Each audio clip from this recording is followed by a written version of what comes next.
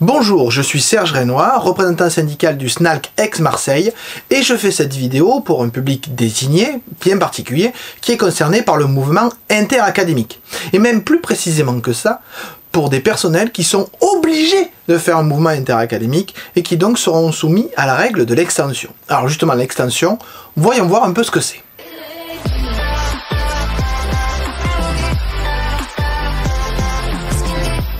Alors tout d'abord le cadre, effectivement, il existe ce qu'on appelle une mesure d'extension des vœux dans le cadre de la mutation liée au mouvement interacadémique pour les personnels qui sont obligés de muter. Oui, je le rappelle puisque j'ai déjà montré dans une autre vidéo qu'il existe des catégories de personnes qui sont obligées de muter. Les stagiaires, les personnes en affectation à titre provisoire ou alors les personnels qui reviennent de territoires d'outre-mer à la fin de leur séjour, ou les personnels en formation continue qui désirent une affectation en formation initiale.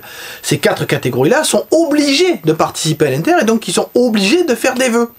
Mais alors certains se disent, mais puisque je suis obligé de participer, qu'on m'y force, hein, c'est la règle, la loi, donc je ne vais faire qu'un seul vœu. Et du coup, si je fais un seul vœu, il sera forcément comblé, puisque c'est le seul que je fais, même si on m'oblige à en faire.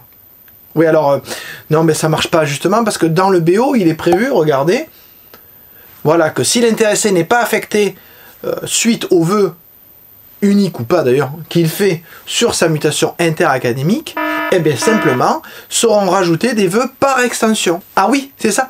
Les vœux par extension, c'est le fait de rajouter automatiquement des vœux à une personne qui n'en a pas fait le nombre total. Je rappelle qu'il y a 31 vœux à faire. En tout cas, l'algorithme, lui, l'algorithme qui va calculer comment sont positionnés les personnels dans leur mutation, va rajouter jusqu'à 25, 26 vœux à une personne. C'est-à-dire que vous en faites un, et en fait, c'est comme si vous en aviez fait 25. Alors, voyons voir un peu comment ça marche.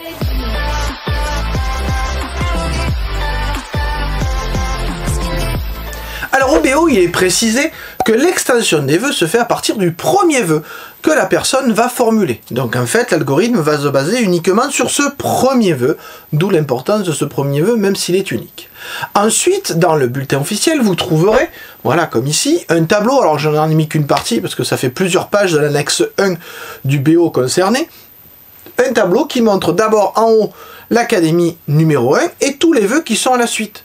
Donc vous voyez que ces vœux vont être pris dans l'ordre du haut vers le bas et vont être ajoutés automatiquement aux vœux qui ont été faits par l'agent. Bien évidemment, si une académie a déjà été faite en vœux, elle est sautée, c'est pas un souci.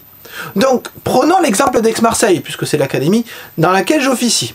Donc on commence par Aix-Marseille, premier vœu. Mais si on regarde bien, ce premier vœu va être complété par Nice, puis par Montpellier, puis par Grenoble. Alors là encore, me direz-vous, sont les académies limitrophes, ça peut sembler assez logique. Puis Lyon, puis Dijon, puis le tiercé gagnant Paris, Versailles, Créteil, ou Paris, Créteil, Versailles, enfin, ces académies déficitaires, en tout cas surtout pour Créteil. Hein. Puis ensuite, on repart dans le sud vers Toulouse, puis ensuite l'ensemble des académies.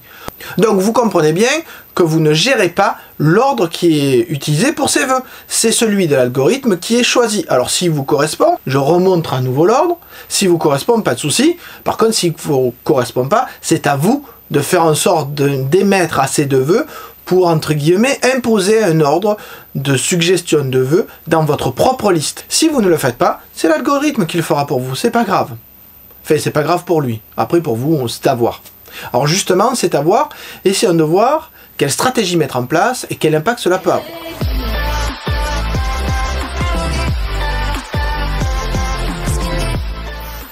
Alors, quel impact sur la stratégie des vœux à faire pour les personnels qui sont obligés de le faire et qui seront soumis à l'extension? Il faut regarder ce qui est précisé dans le BO. Il est écrit dans le BO que les vœux en extension utiliseront le barème minimal qui sera trouvé sur la liste des vœux. Oui, pour ceux qui ne le savent pas, regardez les autres vidéos, je les mettrai en lien quelque part, vous verrez que la mutation se fait en fonction d'un barème, d'un certain nombre de points, qui prend une partie personnelle et une partie professionnelle pour départager les agents. Donc toujours est-il que le nombre de points le plus petit sera celui qui sera appliqué à l'ensemble des vœux en extension. C'est très important pour déterminer la stratégie à mettre en place, et je vais vous montrer sur deux exemples. Enfin, une personne avec deux stratégies différentes. Alors prenons par exemple Sacha, qui est donc un stagiaire sur Aix-Marseille, qui est marié, dont la résidence professionnelle de sa femme est sur l'académie d'Aix-Marseille, et qui ont tous les deux un enfant de moins de 18 ans qui a été reconnu et donc qui pourra être valable pour reconnu dans les vœux du barème liés à la situation personnelle. Et que Sacha désire rester sur Aix-Marseille. Alors comment va se faire le calcul pour ces points de barème? Il y a une vidéo là-dessus, mais je prends cet exemple pour bien expliquer les différentes stratégies. Donc comme il est stagiaire sur Aix-Marseille, il a 0,1 point de bonification pour Aix-Marseille. C'est pas grand-chose, mais ça peut faire la différence. Comme il demande un rapprochement de conjoint et que la résidence professionnelle est sur Aix-Marseille, il a 150,2 points de bonification. Et enfin, comme ils ont un enfant de moins de 18 ans, ça fait une bonification de 100 points.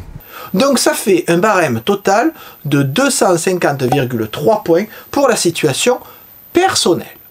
Maintenant, n'oublions pas que Sacha est un stagiaire, il est donc au premier ou deuxième échelon, il a donc 14 points liés à son échelon, 0 points liés à son ancienneté, c'est pour ça que je ne les ai pas mis, mais il peut aussi bénéficier, s'il le désire, de 10 points sur son premier vœu, donc ça fait un total de 24 points pour sa situation professionnelle. Donc si je fais la somme, 250,3 points pour la situation personnelle, 24 points pour la situation professionnelle, il a donc un total de 274,3 points sur son premier vœu Aix-Marseille. Admettons maintenant qu'il ne fasse que ce vœu à 274 points. Très bien, donc l'algorithme ajoute automatiquement, et vous le voyez ici, les vœux qui étaient dans la liste que j'ai montré tout à l'heure, dans l'ordre de la liste. Pensez à regarder l'annexe 1 du bulletin officiel, et ensuite il va calculer le barème, et vous voyez que ce barème est de 264,2. Mais pourquoi c'est moins? Ben simplement parce que les 10 points de bonification sur le premier vœu n'y sont plus, et que les 0,1 points de bonification pour l'académie d'origine n'y sont plus non plus. Donc tous ces vœux seront faits sur la base de 264,2 points.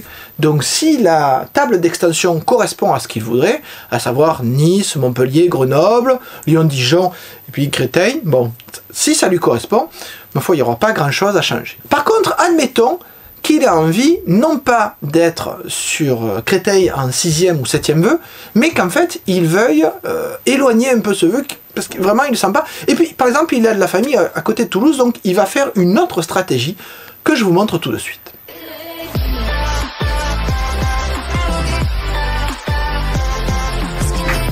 Donc voilà, toujours la même personne, Sacha, mais se dit que plutôt que subir l'algorithme, il va faire lui-même le choix de ses vœux, ce qui lui permettra par exemple de reculer Créteil dans l'ordre de ses vœux.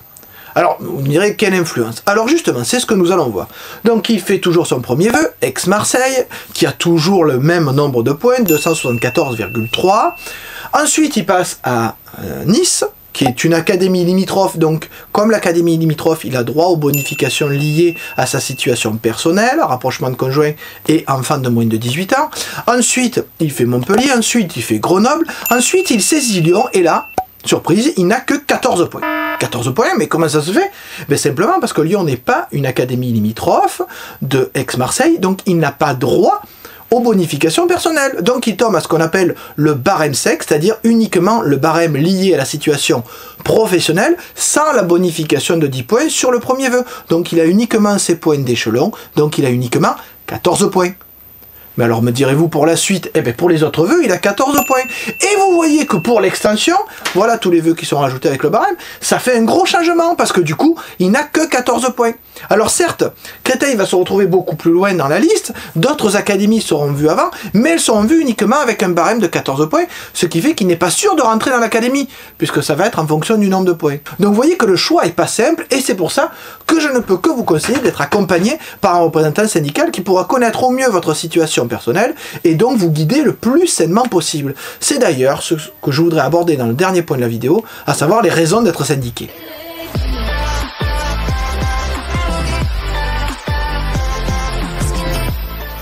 Donc dernière chose, effectivement, pourquoi être syndiqué? Alors d'abord parce que la mutation peut être relativement complexe, notamment si votre dossier n'est pas super simple. Si vous êtes juste stagiaire, première année, et que vous n'êtes pas marié, pas d'enfant, pas de situation, rien, vous avez que 14 points, évidemment, on va pas pouvoir beaucoup vous accompagner puisque c'est relativement simple. Mais dès qu'on a quelque chose d'un peu plus complexe, comme une autorité parentale partagée, ou alors quand on revient d'un territoire d'outre-mer et qu'on ne sait pas les bonifications qui peuvent s'appliquer, est-ce qu'on a droit au rapprochement de conjoints, est-ce qu'on peut faire des mutations simultanées? Enfin, je reviendrai pas sur l'ensemble des cas, il faudrait que je fasse une vidéo de 45 heures, c'est pas possible. Donc là, vous aurez besoin de conseils personnalisés. Ensuite, vous aurez un accompagnement qui pourra se faire. Cet accompagnement pourra se faire tout au long de l'inter-académique pour remplir les dossiers, les documents à remplir, pour vous aider justement à remplir ces tâches relativement administratives et que pour la plupart, ceux qui sont nommés dans le cadre de l'extension ne connaissent pas. Je pense encore une fois aux stagiaires qui, eux, découvrent le métier et le côté administratif de la chose.